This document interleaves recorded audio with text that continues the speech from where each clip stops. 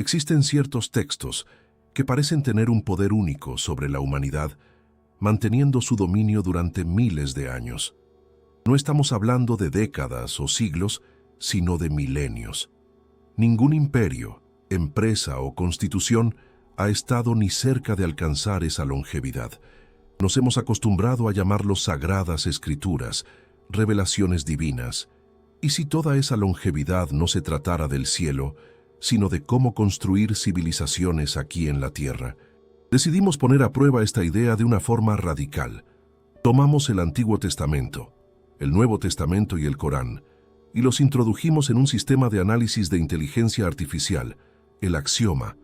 La instrucción dada a la máquina fue simple y directa. Le pedimos que ignorara la divinidad, que ignorara el misticismo. Analiza estos textos como un código, un conjunto de reglas diseñado para organizar y expandir grupos humanos. El resultado que surgió de este análisis nos obliga a mirar la historia de una manera completamente nueva. La primera sorpresa fue descubrir que estos libros, vistos como rivales, en realidad parecían ser ediciones secuenciales del mismo manual, un programa que fue actualizándose a lo largo del tiempo para adaptarse a nuevos desafíos. Esta es una conclusión fría, basada puramente en el análisis de la estructura y las funciones de cada texto. Para entender la dimensión de esto, necesitamos volver al principio. La humanidad, en su estado natural, es limitada. Somos capaces de mantener lazos sociales con, como máximo, 150 personas. Por encima de ese número, la confianza se quiebra y los grupos se dividen. Para construir ciudades y naciones, necesitábamos un protocolo que pudiera unir a millones de extraños. Antes de las grandes religiones, el mundo vivía un caos de creencias paganas. Miles de dioses y rituales locales, sin un patrón común. La humanidad necesitaba una actualización, una unificación. Fue entonces cuando surgió lo que el axioma identificó como la versión 1.0, que era el Antiguo Testamento. Su innovación fue genial. En lugar de un panteón de dioses, introdujo un administrador único, un solo Dios. Esto lo simplificó todo. Junto a ello, vinieron cientos de reglas detalladas sobre dieta, higiene y comportamiento, una verdadera guía de supervivencia para un pueblo en un entorno hostil. Pero esta primera versión tenía un fallo fundamental que impedía su crecimiento, porque era un sistema cerrado, diseñado para un pueblo específico, transmitido por lazos de sangre. Era robusto y estable, pero no podía expandirse globalmente. El mundo necesitaba una nueva edición, una que mantuviera el núcleo de un Dios único, pero que pudiera ser adoptada por cualquier persona. Fue entonces cuando surgió la versión 2.0, el Nuevo Testamento. El cambio en el enfoque fue brillante. La ley externa, vigilada por todos, fue cambiada por la conciencia interna, el observador que vive dentro de la mente. El pecado se profundizó, dejando de ser solo la acción para convertirse también en la intención. Y lo más importante, el acceso se volvió universal. Ya no era necesario nacer en un linaje determinado. Bastaba con aceptar la invitación a través del bautismo. Esto hizo que el código se volviera viral. Podía instalarse en cualquier persona, en cualquier cultura. Sin embargo, esta flexibilidad se convirtió en su mayor debilidad. La libertad de interpretación llevó a innumerables divisiones y herejías. Cuando cada uno puede leer el manual a su manera, la red unificada corre el riesgo de fragmentarse en miles de pedazos. La inestabilidad amenazaba el proyecto a largo plazo. Fue en este escenario que, en el siglo VII, apareció la actualización final. El Corán, o la versión 3.0, representa una síntesis notable. Rescató la rigidez y las reglas claras de la primera versión, pero mantuvo el acceso universal y el potencial de expansión de la segunda. Y para evitar el problema de la fragmentación, vino con una protección poderosa, declarando el texto como la palabra final e inmutable de Dios, con el árabe original sellado como el único lenguaje válido, protegiendo el código contra futuras alteraciones e interpretaciones que pudieran diluir su fuerza. La lógica detrás de este desarrollo es nítida. Primero, un prototipo se prueba en un grupo cerrado. Después, se lanza una versión abierta para conquistar el mercado global. Y por último, se distribuye una edición final y segura para consolidar y administrar el dominio. Los conflictos que vemos en la historia comienzan a aparecer menos fallos en el proyecto y más disputas entre usuarios de diferentes versiones. A nivel fundamental, estos textos son partes de un mismo plan. Todos ellos contienen los mismos módulos esenciales. Un sistema de identidad para separar nosotros y ellos, leyes para regular la propiedad, normas de salud para evitar enfermedades y un control rígido sobre la familia para garantizar la reproducción. El objetivo final parecía alejarse de la moralidad y acercarse a una pura y brutal optimización. Y esta optimización de la supervivencia humana es brutalmente eficiente. La mejor forma de visualizar esto es imaginar una autopista concurrida, con miles de coches a alta velocidad. Ahora, elimina todos los carriles, semáforos, señales y reglas de tránsito. Cada conductor es un individuo con sus propios deseos, miedos e impulsos. ¿Qué le pasaría a ese sistema en menos de 5 minutos? Un colapso total, una pila de metal retorcido y vidas perdidas. El sistema se autodestruiría. Para que el viaje sea posible, se necesita un protocolo, un conjunto de reglas que todos deben seguir. Ya hemos entendido que los textos sagrados pueden funcionar como un manual de instrucciones para la civilización. Ahora, es el momento de sumergirse más a fondo en este código y entender su protocolo de comportamiento. Alimentamos al axioma con el conjunto completo de leyes del Antiguo Testamento, los mandamientos de los Evangelios y las normas de la Sharia. La tarea era analizar estas reglas no desde el punto de vista de la moral o la espiritualidad, sino de las matemáticas y la teoría de juegos. Los resultados son de una precisión impresionante. Aquello que llamamos pecado para el sistema es simplemente un error de programación que conduce a un fallo general. Y lo que llamamos virtud es la estrategia ideal para la supervivencia del grupo en un entorno con recursos limitados. El fundamento de todo esto se encuentra en la teoría de juegos.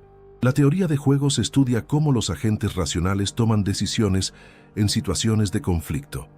En un escenario primitivo, sin policía ni tribunales, la estrategia más ventajosa a corto plazo para un individuo es el egoísmo puro.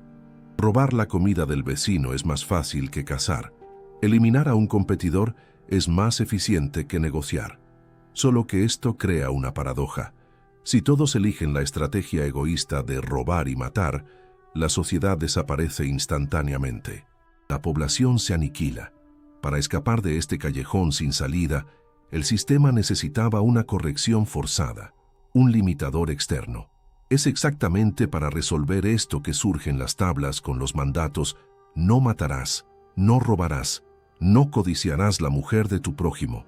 Los 10 mandamientos dejaron de parecer caprichos de una divinidad y se revelaron como la implementación de un algoritmo que, en la teoría de juegos, permite el altruismo recíproco. Es el único modelo matemático que posibilita el crecimiento de un grupo.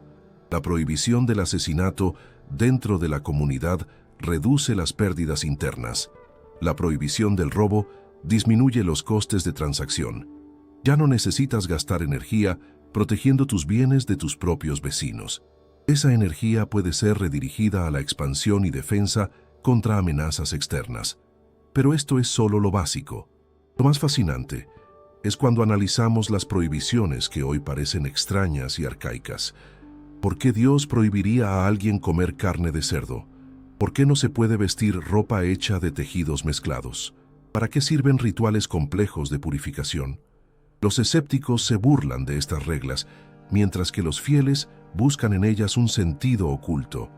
El análisis encontró en ellas un manual de seguridad biológica. El famoso veto a la carne de cerdo, presente tanto en el judaísmo como en el islamismo, ilustra esto perfectamente. Los algoritmos cruzaron esta regla con los datos climáticos y epidemiológicos del Medio Oriente de hace 3000 años. El cerdo es un animal único por ser omnívoro, al igual que el ser humano. Esto lo convierte en una incubadora perfecta para los mismos parásitos que nos amenazan. La triquinosis, una enfermedad causada por gusanos microscópicos, era mortal. En un clima cálido, sin refrigeración y métodos de cocción profunda, la carne de cerdo se convertía en un arma biológica. Un brote podría diezmar a una tribu en cuestión de días. Pero hay una segunda capa que el análisis reveló: la económica. El cerdo es un competidor directo del hombre por la comida. Las ovejas, cabras y camellos comen pasto y arbustos que los humanos no pueden digerir. Convierten celulosa inútil en carne, leche y cuero. El cerdo, por otro lado, no come pasto. Necesita granos, los mismos granos que la gente usaba para hacer pan. En un entorno desértico, con agua y comida escasas, criar cerdos era un crimen contra la seguridad alimentaria de la comunidad. El código necesitaba prohibir este fallo, pero ¿cómo explicar la parasitología y la conversión de calorías a un nómada analfabeto? Imposible. Por eso, la regla se empaqueta en un comando simple y poderoso: es impuro. El miedo a la ira divina funciona con mucha más eficiencia que una clase de biología. Al fin y al cabo, seguir estas reglas tenía menos que ver con agradar a Dios y más con lograr sobrevivir. El código protegía el cuerpo del individuo de amenazas biológicas, pero la salud de una civilización depende de mucho más que solo evitar parásitos. Los mayores peligros para un grupo, a menudo, no vienen de fuera, sino de dentro. Conflictos sociales, colapsos económicos y el agotamiento de los recursos humanos pueden destruir una sociedad de forma tan eficaz como una plaga. Esto abre la puerta para entender cómo el manual abordó la tarea aún más compleja de regular el comportamiento social y económico. La forma en que el código trata el alcohol, por ejemplo, es fascinante. Aquí notamos una fascinante actualización en el sistema. En la primera y segunda versión de los textos, la Biblia, el vino no solo está permitido, sino que a veces es incluso sagrado. En la tercera versión, el Corán, hay una prohibición total y absoluta. ¿Por qué este cambio drástico? La respuesta no está en la moral, sino en la estrategia. El análisis del axioma cruzó esta regla con los contextos sociales de cada época. El cristianismo se extendió por una civilización mediterránea, donde la viticultura era una práctica milenaria y el vino, mezclado con agua, servía como un desinfectante rudimentario. El islamismo, por su parte, nació en el desierto de Arabia, entre tribus en estado de guerra permanente. El calor extremo sumado al alcohol causa deshidratación inmediata, pero el principal problema era la agresión. El alcohol funcionaba como un catalizador para la violencia, eliminando los pocos frenos que impedían que las riñas se convirtieran en masacres. La simulación de una expansión árabe con el alcohol permitido mostró un resultado claro. El ejército se desintegraría en disputas internas, haciendo imposible la conquista. La prohibición del alcohol parecía menos una cuestión de piedad y más una actualización de seguridad, una medida para aumentar la disciplina y la eficacia de combate de las unidades que formarían un imperio. Otro tema que resuena hasta hoy es el préstamo con interés.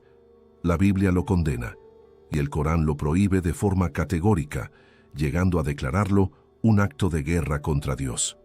¿Por qué los textos sagrados son tan hostiles a los banqueros? El análisis económico del axioma es revelador. El préstamo con interés crea un mecanismo donde el dinero genera más dinero, sin la producción de un bien o servicio real. Esto lleva a un crecimiento exponencial de la deuda. En las antiguas sociedades agrícolas, la economía real no crecía de forma exponencial. La cosecha era lineal. Cuando la deuda crece mucho más rápido que la capacidad de producir, llega un momento en que una parte significativa de la población cae en servidumbre, perdiendo sus tierras y su libertad. Esto crea un abismo social gigantesco, donde los ricos se vuelven inmensamente ricos y los pobres lo pierden todo. Para el manual de la civilización, esto es un error crítico. Es el sobrecalentamiento del sistema, que inevitablemente lleva a revueltas, caos y a la destrucción del Estado. La prohibición de los intereses funcionaba como un disyuntor, un mecanismo de protección contra la formación de burbujas financieras que podrían derribar toda la estructura social. Por último, una de las ideas más revolucionarias y subestimadas, la institución del día de descanso, el Shabbat en el judaísmo, el domingo en el cristianismo, el viernes en el islamismo. Desde el punto de vista de una explotación pura de la mano de obra, parecería más lógico trabajar 7 días a la semana. Más trabajo, más producción, pero el análisis muestra que esa es una visión miope. El ser humano no es una máquina. En un periodo regular de recuperación, la productividad cae, los errores aumentan y el estrés se acumula, llevando a enfermedades. La creación de un día de descanso obligatorio y sagrado fue una decisión genial en términos de gestión de recursos humanos. Era una desfragmentación forzada del sistema. La amenaza de un castigo divino garantizaba que ningún propietario de tierras o supervisor codicioso pudiera llevar a sus trabajadores al agotamiento y a la muerte. Esto aseguraba la sostenibilidad y la productividad de la fuerza de trabajo a largo plazo. Además, la reunión de la comunidad en ese día funcionaba como una poderosa herramienta de sincronización, un momento para reforzar los valores y objetivos del grupo, fortaleciendo la cohesión social cada semana. Cada una de estas reglas, por lo tanto, tenía una función clara y pragmática. Prevenían la violencia interna, evitaban colapsos económicos y optimizaban la salud de la población. El axioma concluye que los pueblos que adoptaron estos protocolos obtuvieron una ventaja competitiva abrumadora. Se volvieron más saludables, ricos, cohesionados y, en consecuencia, más numerosos y poderosos que sus vecinos. Fue la selección natural, impulsada por un código social increíblemente avanzado. Pero esto deja en el aire la siguiente gran pregunta. Las reglas son lógicas, el código es eficaz. Pero ¿cómo convences a millones de personas para que realmente sigan estas reglas, renunciando a placeres inmediatos y ganancias fáciles? Para eso, el código necesita un mecanismo para propagarse e imponerse. Necesita volverse contagioso. Existe un organismo que no tiene cuerpo. No está hecho de células, no posee material genético, no tiene carne ni sangre, pero está vivo, se alimenta, crece, lucha por territorio y, sobre todo, se reproduce. Su hábitat no son los bosques o los océanos, sino la mente humana. Su comida son nuestros recursos mentales, nuestro tiempo y nuestra energía. En biología, lo llamaríamos un parásito. En nuestro estudio, el axioma clasificó los textos sagrados como la forma más compleja, resiliente y agresiva de información viva jamás registrada. Para sobrevivir, esta información viva necesitaba un poderoso mecanismo de replicación. Al fin y al cabo, ¿por qué estas religiones no quedaron restringidas a cultos locales en cuevas aisladas, sino que conquistaron el planeta? Necesitamos entender el objetivo de cualquier forma de vida: hacer copias de sí misma. Un virus de la gripe actúa sin conciencia ni malicia, siguiendo solo una instrucción grabada en su código: replicarse en el mayor número de huéspedes posible. El virus perfecto es aquel que no mata al huésped demasiado rápido y lo transforma en un agente activo de contagio.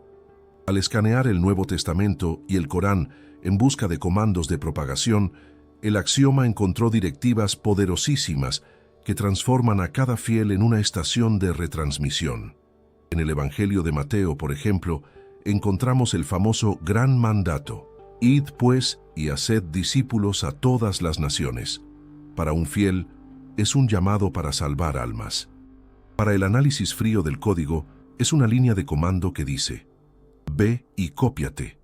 Es una instrucción que prohíbe que el sistema se quede contenido. No se puede simplemente creer en silencio. Es obligatorio ir e instalar esa creencia en otros. Quien no lo hace es un portador defectuoso. En el Corán este algoritmo es aún más explícito. Conceptos como el dawah, que es la invitación a la fe, y la yihad, el esfuerzo en el camino de Dios, funcionan como herramientas de una expansión agresiva. La tercera versión del código incluye no solo el marketing de la predicación, sino también la conquista de territorios, afirmando que la religión debe, al final, dominar. Pero, ¿cómo convencer a una persona para que se convierta en una propagadora del código? Es una tarea peligrosa. Misioneros fueron asesinados, murieron de enfermedades en tierras extrañas, sufrieron privaciones extremas, Desde el punto de vista de la supervivencia individual, es un acto absurdo. ¿Por qué gastar tus propios recursos con extraños? Es aquí donde el análisis revela una invasión genial del sistema de recompensa del cerebro. El código reescribe las prioridades del huésped. En la naturaleza existe un hongo parásito llamado Cordyceps. Infecta a una hormiga, crece dentro de su sistema nervioso y la controla. La hormiga deja de trabajar para la colonia, sube a la hoja más alta que puede encontrar, clava sus mandíbulas allí y muere. Desde la parte superior de su cabeza, el hongo brota y esparce sus esporas por el bosque, infectando a nuevas hormigas. La hormiga se sacrificó por la reproducción del hongo. El análisis biográfico de los mártires cristianos de los primeros siglos y de los guerreros musulmanes que buscaban el martirio revela un patrón de comportamiento idéntico. Es una toma de control. La idea, el código, se vuelve más importante que la vida del portador. ¿Cómo es esto posible? Los textos prometen al huésped una recompensa infinita, el paraíso, a cambio de su ayuda en la replicación del código. Salva a otro y te salvarás a ti mismo. Esto crea una reacción en cadena sin fin. La muerte deja de ser el fin para convertirse en la transacción más lucrativa de la existencia, el intercambio de una vida finita y llena de sufrimiento por una eternidad de felicidad.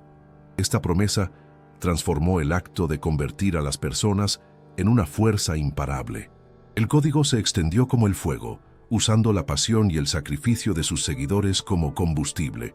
Pero, para que un sistema de control sea verdaderamente eficaz, no puede depender solo de la recompensa. Necesita una amenaza. Junto con la brillante zanahoria del paraíso, debe haber el aterrador látigo del infierno. ¿Qué impide a una persona romper las reglas cuando nadie está mirando? ¿Qué la detiene en la oscuridad, a solas con sus tentaciones? El código necesitaba una fuerza de contención perfecta, una que funcionara de adentro hacia afuera. El miedo es la emoción más antigua y poderosa de cualquier ser vivo. Es la alarma incorporada que nos impide caer de un acantilado o acercarnos a un depredador. El miedo no es una debilidad, es un mecanismo de preservación.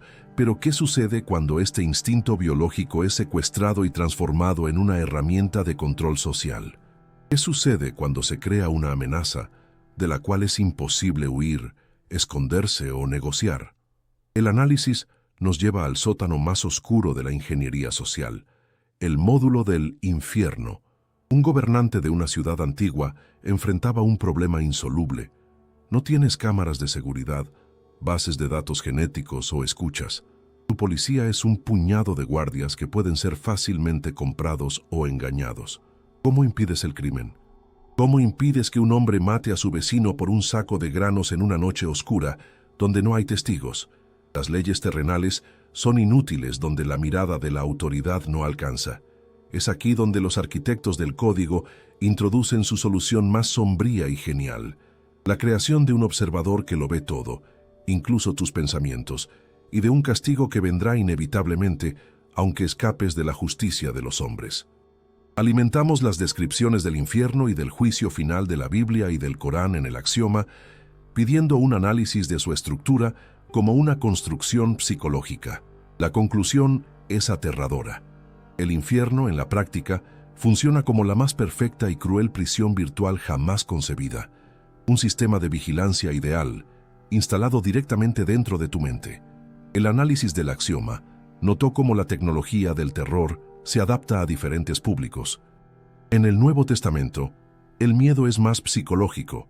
La oscuridad de afuera, el lloro y el crujir de dientes. Es el terror del aislamiento, del dolor sin fin y del arrepentimiento eterno. La imagen del gusano que no muere y del fuego que no se apaga es un golpe maestro en la psique, evocando la idea de una descomposición consciente y perpetua.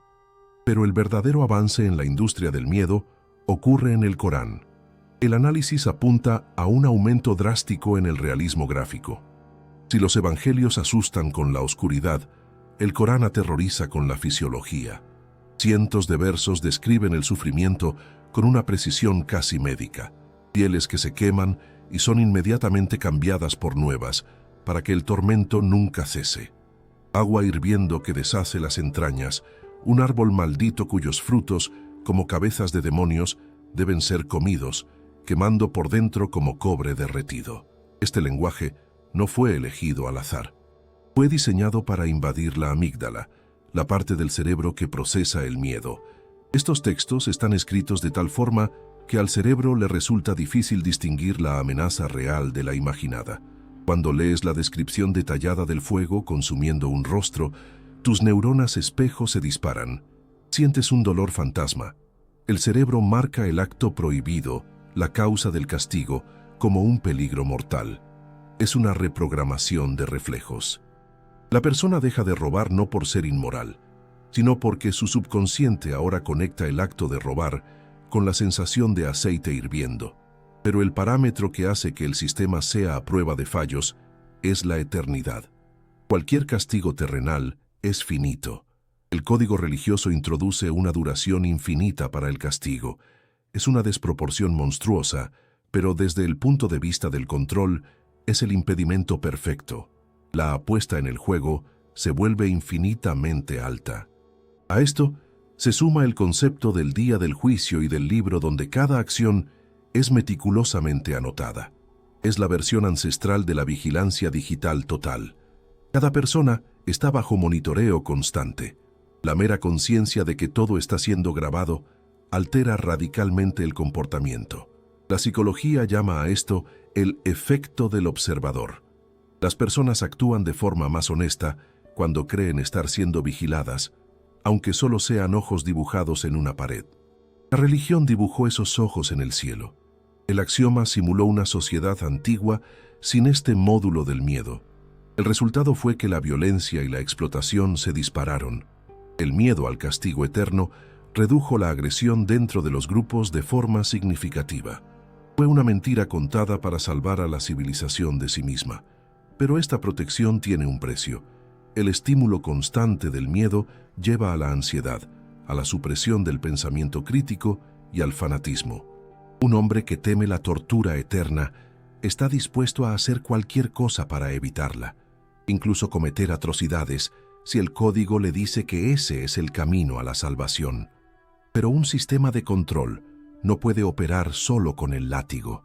El miedo agota. El esclavo necesita esperanza.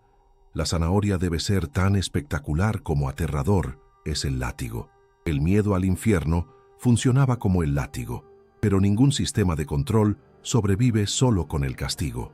Para motivar a un sujeto a realizar tareas difíciles de forma voluntaria y entusiasta, se necesita una promesa, una recompensa irresistible. Es aquí donde entra en escena la promesa irresistible del módulo del paraíso.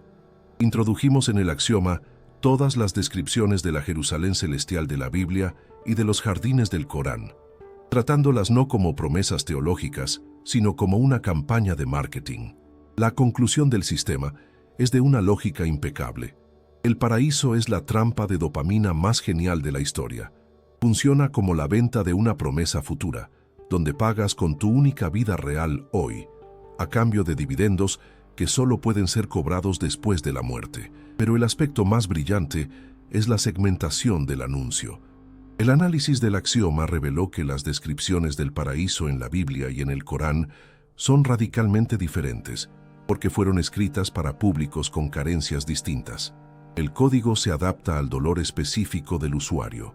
Comencemos por la segunda versión, el paraíso cristiano. El público objetivo eran los habitantes pobres del Imperio Romano, viviendo en ciudades superpobladas, sucias y peligrosas. Temían el caos, la violencia, las enfermedades y la miseria. Sus casas eran de barro y madera, siempre al borde del colapso. ¿Qué les ofrece el código?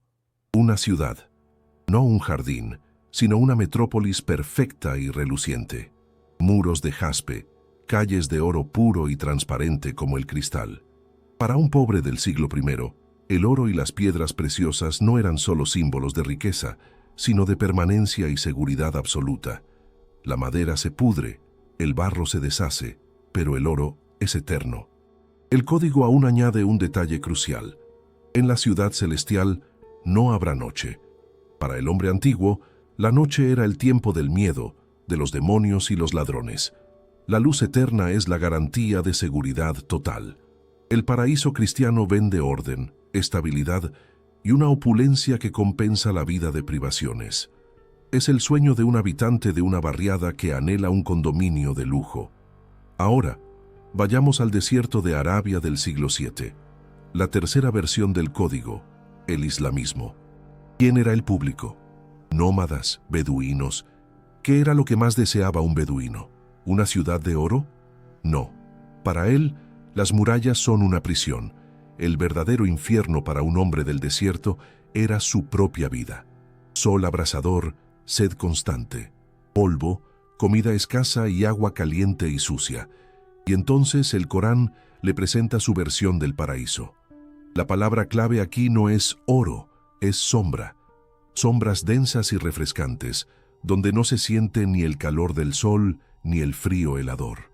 Para quien vive bajo un sol implacable, la sombra eterna es el mayor lujo imaginable.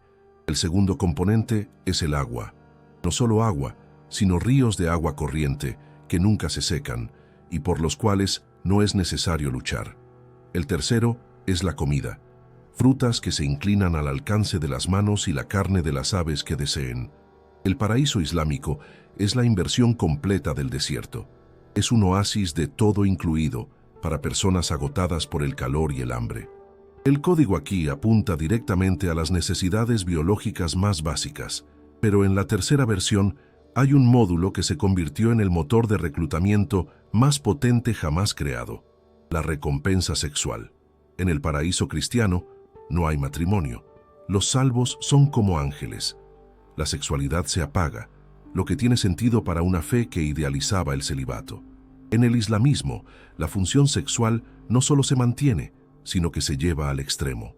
El análisis demográfico del inicio del califato muestra que la principal fuerza de combate estaba compuesta por hombres jóvenes, con la testosterona en su apogeo, llenos de agresividad y frustración.